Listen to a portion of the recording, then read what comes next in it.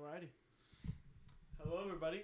Welcome to episode number 9 of Ted's Ball Talk. We got number 8 shown on the screen. I didn't change the name. Didn't change it. It's getting updated right now. Don't worry. The date. But it's episode number 9 at the moment. So, hello. I'm Teddy Briggs, your host. My brother Benny Briggs to my right. Yep. Hope everyone's having a good day, and we're ready to talk some ball. I just want to first off apologize for all of our devout listeners that we didn't do an episode on Friday. I had a swim meet, and I didn't get home till very late, and then I was tired.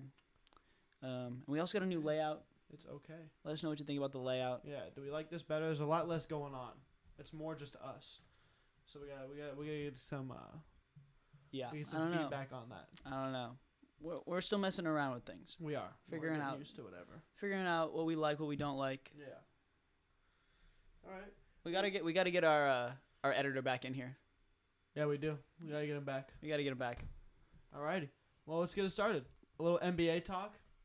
NBA All-Star Weekend just occurred, and it sucked. A wild NBA All-Star Weekend appeared. Yes. I don't think it sucked. The celebrity game was fun. Nah, it just really was the All-Star game that was horrible. But the NFL All-Star game, it's also horrible. Also stinks. So does the MLB baseball game. No, it doesn't. MLB is not bad compared to these ones. It's more like a regular game. Yeah, because you can't really play baseball for fun. Yeah, you can. Do some weird pitches. Do some lefty batting and stuff like that. I guess, but people do that in regular games. Yeah, well, that's why they have these new rules, and which we'll talk about later. They ain't gonna be doing that no more. So, yeah, I'm not a fan of it. It just doesn't. It's not entertaining to me. They kind of just run up the floor and dunk it. Like, nothing really crazy happens. It is what it is right now. And I didn't enjoy it. The coaches didn't enjoy it. Really? Yeah. Mike Malone was like, "That's the worst game I've ever seen in my entire life." They almost scored 200 points. I know.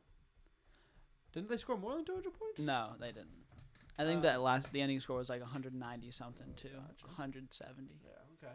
But there was some exciting moments, like Damian Lillard hitting the 3-pointer from that was cool. Shooting it casually. That was really cool. That was exciting. But I always think that it's the events before that people really care about. Like, people used to really care about the dunk contest. Now people care about the 3-point shooting competition. That's just how it's played right now. The 3-point competition is fun. Yeah, especially because I like the 3-point balls they added in. Those are fun. Now that the NBA is a three-pointers league. It is. You got to yeah, I don't know. That's why people like it now. People used to like the dunk contest because it was, first off, there was a lot more originality, and then second off, it was a much more original. Now, I'll be honest, it was a much more paint-heavy league. Yeah, because there wasn't social media back then, so people weren't sharing their dunks online, and also there were more dunks that haven't been done back then, obviously. So that's how that works. Yeah, it's kind of, I feel like a lot of the dunk contests is people paying homage. It's getting to that point now. Yeah. Larry Nance paid homage to his father. Yeah. John Collins paid homage to Amelia Earhart. What? He dunked over a little model plane once. Then he broke both wings. He didn't fully clear it. Yeah, I'll try to pull up that video. I gotta try to pull up that video. How did I not see this? Was that last year? Because that's pretty unbelievable. I don't know. 1 second. That's awesome. Let's see if I can find it. Because it's funny. It's funny. But yeah, you keep talking while I'm looking for this video. Yeah. So I guess obviously the main topic of All-Star Weekend was Mac McClung winning the dunk contest. People saying he revitalized the dunk contest. He was pretty original with his dunks, so I'll give him that. Or at least they hadn't been done in a while. He was really explosive. Everyone knew he had hops going into it because throughout high school, he was the guy. He went to Georgetown, right? I want to say he went to Georgetown. He was dunking at Georgetown. Yeah, he was big. When Ball Is Life was getting a lot of coverage and was really popular with Zion Williamson. Also, Mac McClung was one of those guys that was watch this guy. Yeah. He jumps super high and throws down insane dunks in high school games. So it was cool to see him get that. He's been in the G League. He's been a G League vet since he got into the NBA. He's 6'2", so all of the dunks he does just makes it looks a little bit more exciting. Anyways, it does look more exciting because he's getting really high off the ground. Yeah. So, yeah, there's that. It was really cool to see him get a win, especially for a guy that really he got a 2-way contract, and people are saying, "Oh, he deserves to get a real NBA contract now because of that." I think he should stick with the 2-way. See how he actually plays. I'm a little bit quiet. A little quiet, really. Yeah. All right. And so I don't know. I don't think he deserves an NBA contract after winning a dunk contest. I mean, it's cool, but that winning NBA games isn't about doing the coolest dunks you can. You don't get more points for cool dunks. He's been in the NBA before. He hasn't had great production, and I don't know. I don't agree with that whole thing about him deserving a 2-way 1-way contract now. Got it. Yeah, we'll see. What do you think about it? Do you think Mac McClung deserves an NBA contract now because of it? No, definitely not. But I think he still did a good job in the dunk contest, and I think he should. He's a good player. Like, he's a good finisher. He's a good passer. He can shoot the ball a little bit. Yeah. So he's not bad. I'm not saying he's bad. I think his play will. I think his play will speak for itself, and I think he should. I think he should be in the NBA, but I don't know if he should. Get a full contract. Okay. But I also would like to I want to give a shout out to Trey Murphy. Yeah, you love some Trey Murphy. I feel like his dunks were underrated, and of course you have to have somebody to go up against in the dunk contest. It can't just be a one-sided affair. It can't be only the Mac McClung show. That's true. Trey Murphy made it all the way to the last round. He did. He did some good dunks. And I think that his first dunk he did was hilarious when he was when he got pickpocketed by Jose Alvarado. That's right, yeah. And then he threw it off good. the glass into the 360. And also, like, that dunk had to have been done perfectly the first try. Or else it would have been, the whole gimmick would have been... Yeah, spoiled. Yeah. And I bet you had a backup dunk if that one didn't work out. Yeah. For that round. And then for those who don't know, Jose Alvarado, he's known for stealing the ball from... He's known for stealing the ball from... players from behind, and that's what he did against Trey Murphy. Yeah. Yeah. If you want to keep talking, Ted, I'm still trying to pull up this video. All right. Well, yeah, Trey Murphy did a great job, but to me it was kind of a one-man show. Mac McClung kind of was blowing everybody out of the water with those dunks. Like, it was creative, but also, yeah, I don't know. Also, there's not as much hype around it. Like people, like, they throw down a dunk and then... people kind of just sit in their seats. Like, people used to get up. Shaq used to be running on the floor with a camera. Like, it used to be. That was Pascal Siakam this time. He brought the camera. He brought the cam out for them. He did bring the cam out. Yeah. Okay. Well, so you got that at least. That's pretty cool. Yeah. What are you laughing at? I'm watching this video and I'm trying to show it, but it's not working. So I don't know what to do. I don't know what to do. It's okay. We'll do it another time. Let's focus on the pod as it is. Yeah, sure. So yeah, I don't know. I think that I mean, what league to you has the best full All-Star Weekend experience? I don't know. I don't think. I think All-Star games are silly. I don't think that there should be. I mean, the full experience in general. I don't. Home run derby. Home run derby is a good time. Yeah, but you could 3-point contest is a good time. Dunk contest is a good time. Yeah. They only have the home run derby at the. MLB All-Star game. They gotta have more of those fun events. Well, at the KBO, they have the bunt derby. I would watch that. It's really exciting, actually. People get really, really hyped about it. But I don't know. I just think that you're showcasing your skills the entire season, no matter what season you're playing. You don't need to. And especially now with social media, I think it was a way in the past for players to, like, show their personality more. Yeah, that's true. And now it's literally all personality. Yeah. That's all it is. I don't know. I get where you're coming from. That's just my thought. Yeah. Yeah. So, moving on from that, let's get to hop to another sport. I feel like we might have a lengthy discussion about the new MLB rules and how you think they're gonna affect the game. So the new shift rule. When I first heard about it, I was expecting it to be a cutout from. So you have your diamond. That's the base. Mm-hmm. And it would be an right angle out from the top of the diamond like that, kind of making a little triangle cutout at the top of the infield that you could not have a player in. But apparently, it's just a line straight from the top. So you can't. Base hits up the middle will still be outs. Basically. You just can't have a player directly behind second base. Is that the only? You can't have him on the other side of second base. He can pretty much be directly behind it with one step over after the ball is pitched. You can move around wherever you want after the ball has been pitched. So if you really wanted to, you could have that third baseman sprint to the gap in between first and second base, which would be stupid, but obviously they're not going to do that. But you just can't have more than 2 players on either side of the base at a time. Got it. So you're still going to be able to shift a decent amount, just not completely. Like there won't be any 2 right fielders. Okay. And I was listening to Talking Baseball today. Shout out Trevor Plouffe and James Loney. It was a great episode. James Loney, Dodger legend. Do you think teams would try out having 2 outfielders basically, and then bringing one of their outfielders in and playing him where that shifted third baseman would be, and then having 2, if you have 2 really strong, speedy outfielders, have them play the gaps? No, I don't think so. I think they'll do other things instead. I think they'll have I think what they'll do instead of moving the third baseman over to right field, if the lefty's hitting, right? That's what they do. Yeah.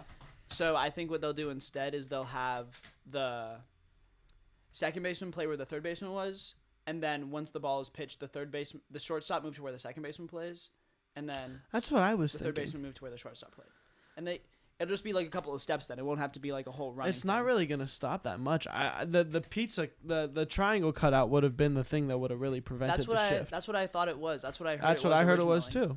But Yeah. apparently it's just a line.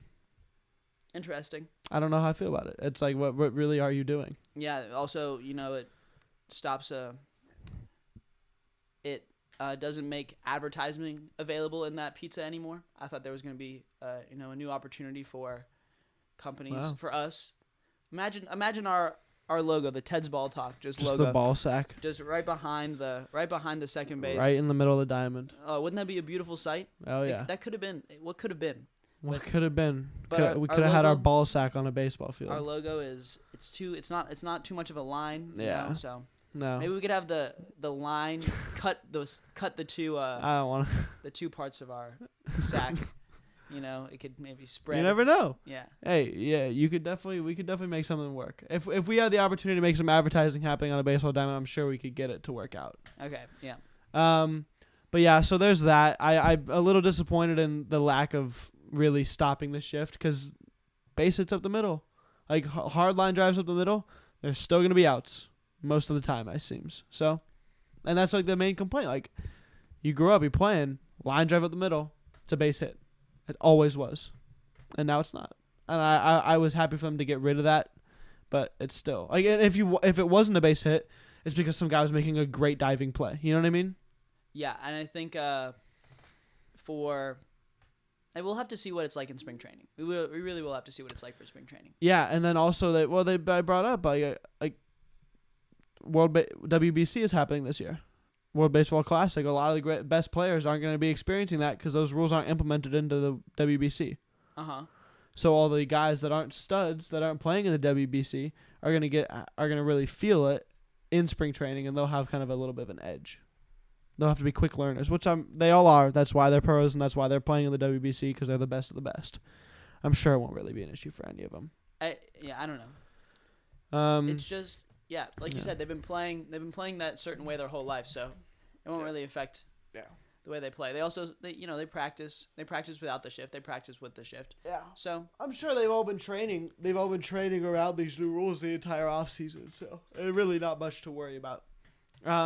Another rule they're implementing is the 3-step offs per. I don't know if it's per at bat or per runner on the base. I don't know exactly how it works, but if you are a pitcher and you step off 3 times, whether it's to pick off or just to step off before that 30-minute clock runs out. 30-second clock runs out.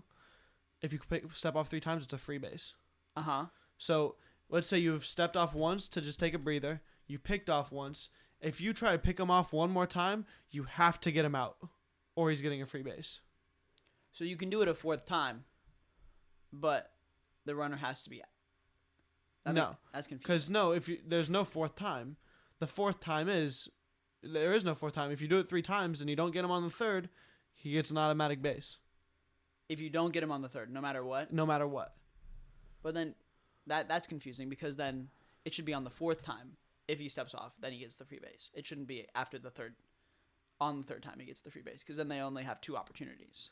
Well, but think about it. If he does it a third time and then he can't pick off anymore, then if he literally cannot pick off, then the guy would just take an infinite lead.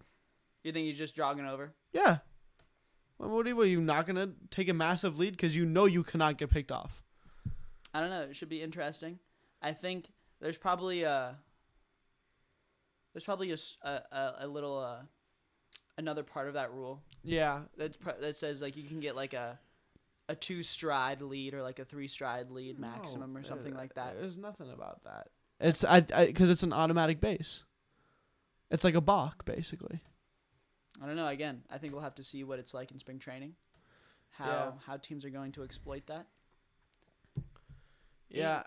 It's interesting talking about these hypotheticals, but I really don't. I guess I don't watch enough baseball to really understand. Watch a decent amount of but I don't baseball. understand like the nuances of. I don't really understand like these rules changes are going to have a bigger effect on people that watch the game a lot. Like if you're just watching the game on, you just like watch Sunday Night Baseball casually because you're doing nothing and it's just on. You turn it on when you're sitting on the exactly. couch. Then I don't think it'll be that big of a. You'll be like, okay, that's interesting. Yeah. And then or it'll be. But then for the true fans, you'll be upset about it for the whole season, or you'll be happy about it for the whole season. Yeah, it's just gonna take some getting used to, for the fans and the players, obviously. Also, you just like, I think it's interesting because it's gonna make pitchers need to get better pickoff moves, or just not try to pick off at all.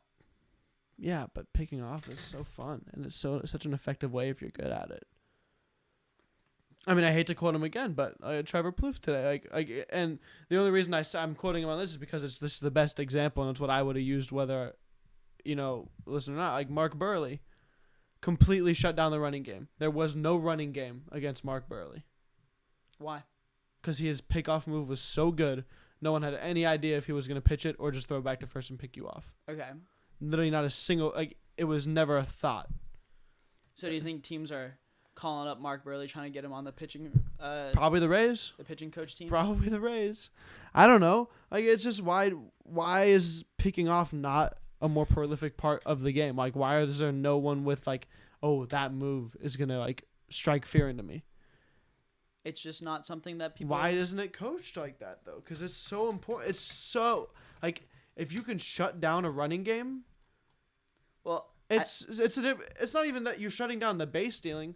It's the fact that they won't get a big enough lead to go from first to third, first to home. They might have to stop at second, or they might have to stop at third. It prevents runs. I don't know. Nobody really steals bases anymore. I think that's why there's not. Well, now they're going to more because they got bigger bases. 3 inches makes a difference. So the new rule, there's another new rule that the bases are bigger. Yeah, the bases are. I believe they're 18 inches in diameter now instead of 15. You say that's like an average size base, or you say it's a little small for a base? That's above average right there. All right. That is above average. Okay, and then they're more slanted, right? So you're not going to be. It's jamming something your like fingies. that. I don't know if it's more slanted. I think there's sort of like a different grid carved into it. Oh. They gotta make them like domes, like little tiny That's domes, where you just like glide your fingers up. What? But you roll your ankles if you're stepping on them. That's horrible. Hey, I'm just saying this is what I'd be doing if I owned a That's a baseball. terrible idea. People are gonna slip and just snap their ankle constantly, if that happens. Absolutely not. I'll talk with my physics team and we'll work on something. Yeah. We'll whip something up. Well, I was just wondering what's going on. People will turn to the Savannah Bananas. That's never going to happen, unfortunately. The Savannah Bananas will never become... That's an old head thing to say, Teddy. Me? Yeah. They're never going to become anything more than the Harlem Globetrotters. People didn't turn from the NBA to the Harlem Globetrotters. And they won't even ever be the Harlem Globetrotters. This is going to be like, people are going to clip this and like put it into a Savannah Bananas edit, like once they blow up and become like huge, you know? Yeah. But can you see them becoming any more popular than they already are? Be honest. I don't know. Baseball is boring. People think baseball is boring. People think that their baseball isn't boring because their games are so short. And they light baseballs on fire. You know what I want to know? So they play real like summer ball teams. Like those are like real deal players. I don't know if they play real summer ball teams. Yeah, they do. You know that for a fact. Yeah. Okay. They're in a league. And yeah, but does those games count towards those other teams' records? We'll have to do more research on this because I don't think they play real teams. I think they do. Those are real teams with real players. I know someone that played for the Savannah Bananas. Uh-huh. Like, those are real teams. Okay. But they play banana ball. When they play at that home stadium, they do play banana ball. Yeah. Do the Bananas ever play on the road and play normal ball? These are questions that we have to ask to somebody else. And it's not like the Savannah Bananas. It's not like just like players that aren't trying to play like Major League Baseball anymore. Like, those are college athletes. Those are collegiate baseball players. But they're not playing banana ball to get scouted from. That's true. I wonder if anyone has been scouted from banana ball. Like some guy that absolutely just rakes. I doubt that. Really? Yeah. What if that'd be awesome? Some guy gets drafted from the Savannah. There's a guy on stilts. There's a guy that played baseball on stilts. Yeah, I'm not saying that guy. Their first base coach twerks. Like, there's no. That is crazy. There's no like. Could you imagine like you're rounding second base, you're looking to get sent home, and the guy's just twerking. And that's how he sends you home. Does that motivate you more to run very fast? And then even when they're doing like a tour, they're not playing. It's not like a schedule. It's like they're going on a tour. It's a performance. It's not. They don't actually play on the road. They don't actually play real teams. They play like the Washington Generals.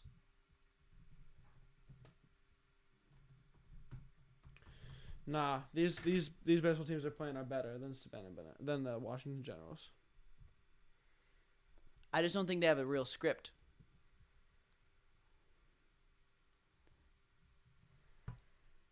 Yeah. Well, the games aren't scripted. Like, they're actually, like, they don't win all the time, the Bananas. Yeah.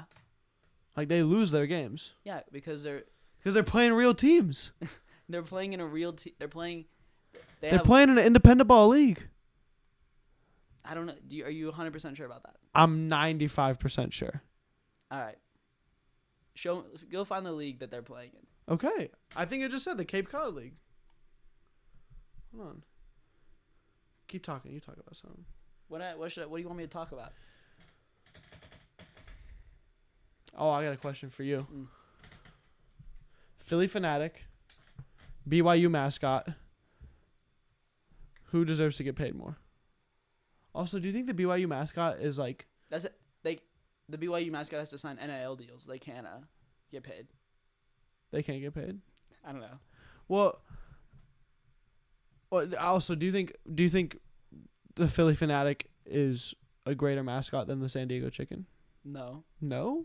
Longevity. Philly Fanatic... But cultural impact. No, come on. Do you know what a chicken is?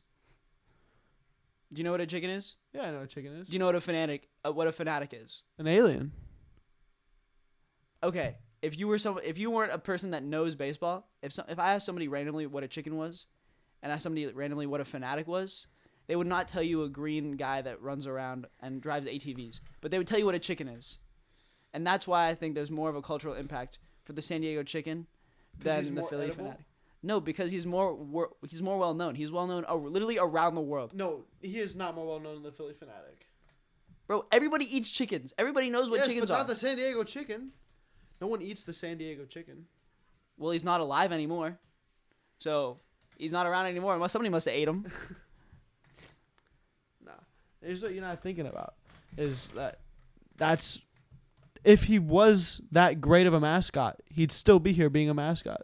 Well, we've talked about the whole situation that he got whatever. There's a scandal. We could have my mom come in right now and talk about the scandal of the Philly Fanatic. Yeah. She could break it down. She's well educated.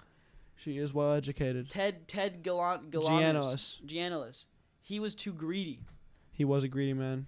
And he kind of like he came to San Diego to the San Diego Padres with the chicken. The Fanatic was a Philly entity. So Giannis, Ted, the San Diego chicken, he felt like he had some sort of like ownership over the mascot when it wasn't really the case. The Fanatic became a Philly thing like the year after the chicken became popular. My mom and I were looking this up one time. I asked. So there you go. It is a so stem. Who came first, the chicken or the Fanatic? Yeah, you know, my mom actually asked it in the car, and I said the egg. And she didn't get the joke at first, but I thought it was pretty funny. Okay, back to another baseball rule. 30-second pitch times. Is it 30 or 20 in between? I'm pretty sure it's 30. And the batters have to be set in the box, hands ready to swing the baseball bat with 7 seconds left on the clock, or else it's an automatic strike against them. So and it's if the pitcher doesn't 3 seconds for the hitter, but I believe that's what it is. Wait, explain that to me. Explain to me how that works. Like, the hitter needs to be ready and set within 7 seconds. Like there has to be 7 seconds left on the clock by the time the hitter is in his stance, ready to face the pitch, and the pitcher. Can the batter call time? Yeah. Within those 7 seconds. I think there's a certain amount of times you can call time though. I think you can call it within those 7 seconds, and the pitcher has to release it by 30, or else it's a automatic ball. How do you feel about that? I mean, it's going to speed the game up. Apparently, cut 20 minutes on average off each game. It's not a lot, but something. I don't know. I think I'm glad to say that there's going to be some shot clock cheese finally. There is going to be some shot clock cheese in the MLB. I'm excited to. I'm going to be saying that every time when it's ticking down to 1 second, and it's going to be. Do you think they're going to have a timer on the screen? It'll probably be like somewhere within the, the little score box that they have. Yeah, I wonder where. I think about it. I didn't think about that before. They gotta add it on. It's gonna be, I guess, like an NBA shot clock. They'll just stick it on the side or something like that. Yeah, or they'll put it like behind the mound, like so where they have like the rosin bag and the and the cleat cleaner. They'll just have it they'll put the time ticking down on the side there.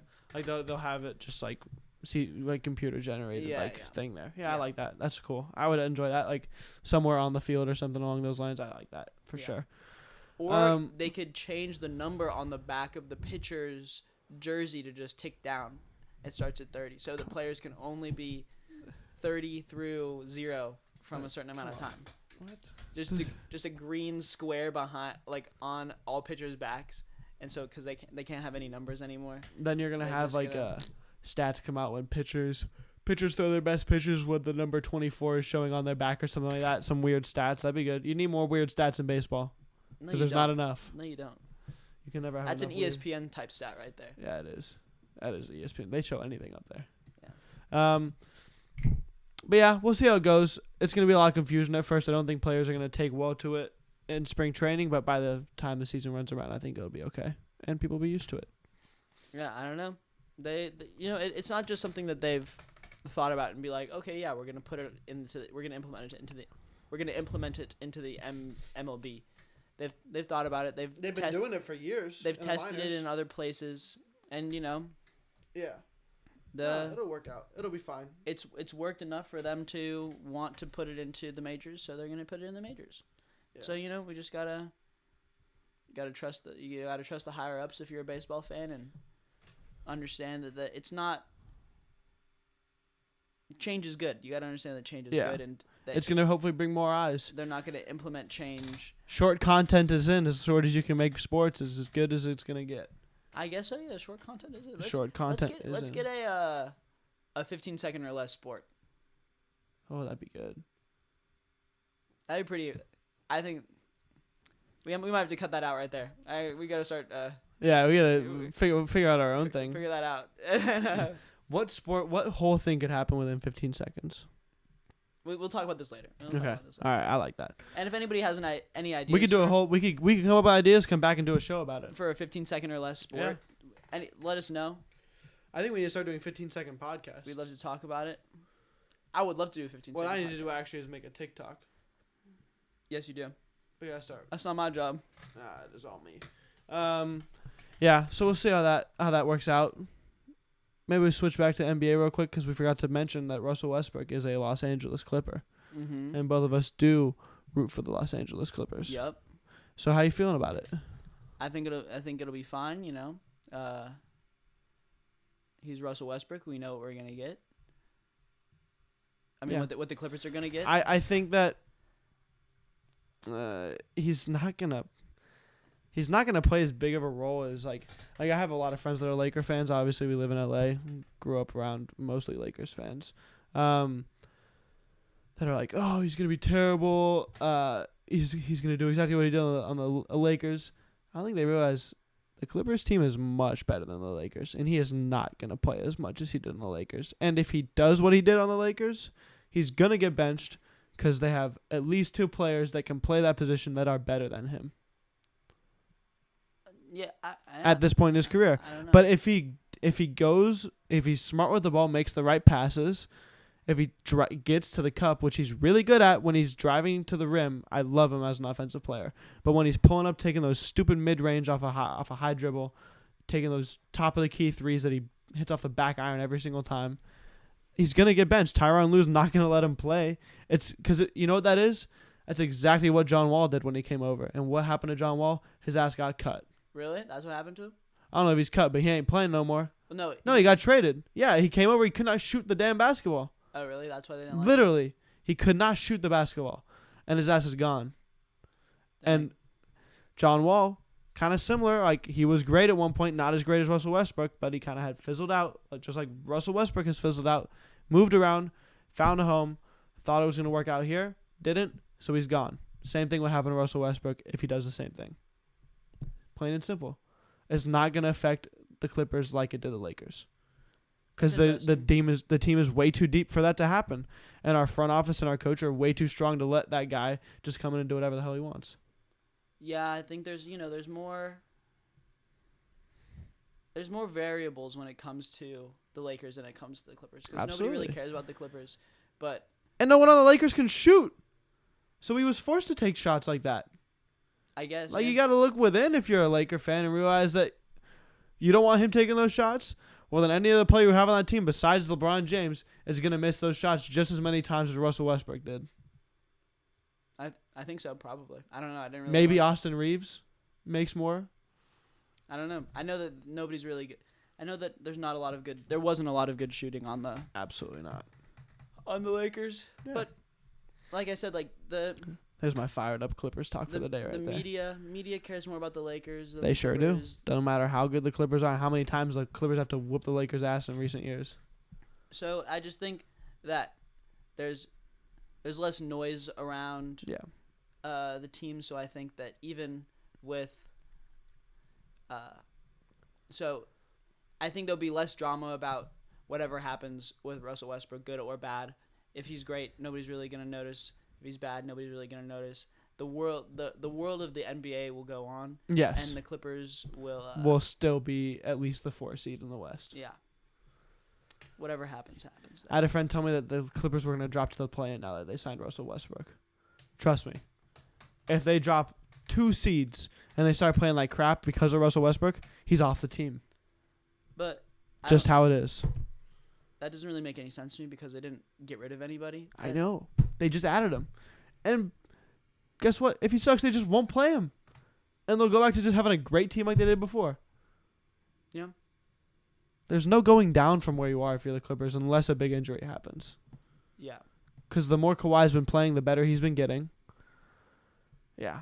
It's just ridiculous to me. It gets on my nerves. Clearly. You're very upset. I am. I think it was the most ridiculous statement ever. Did you go off on the person that told you? I did. Yeah. I did. Trust me. I did. They didn't realize how fired up Teddy would That's get. right. They didn't know what was coming for him. They didn't realize. Nope, not at all. Yeah. Well, that's our show for the day. Oh, yeah, we're done? That's all we had to cover. Okay. Yeah. Cool. And we'll be back live on Wednesday. Ready for a new episode? See you Wednesday and hopefully Friday. He doesn't have a swim meet, so hopefully we'll be here on Friday. Next swim meet's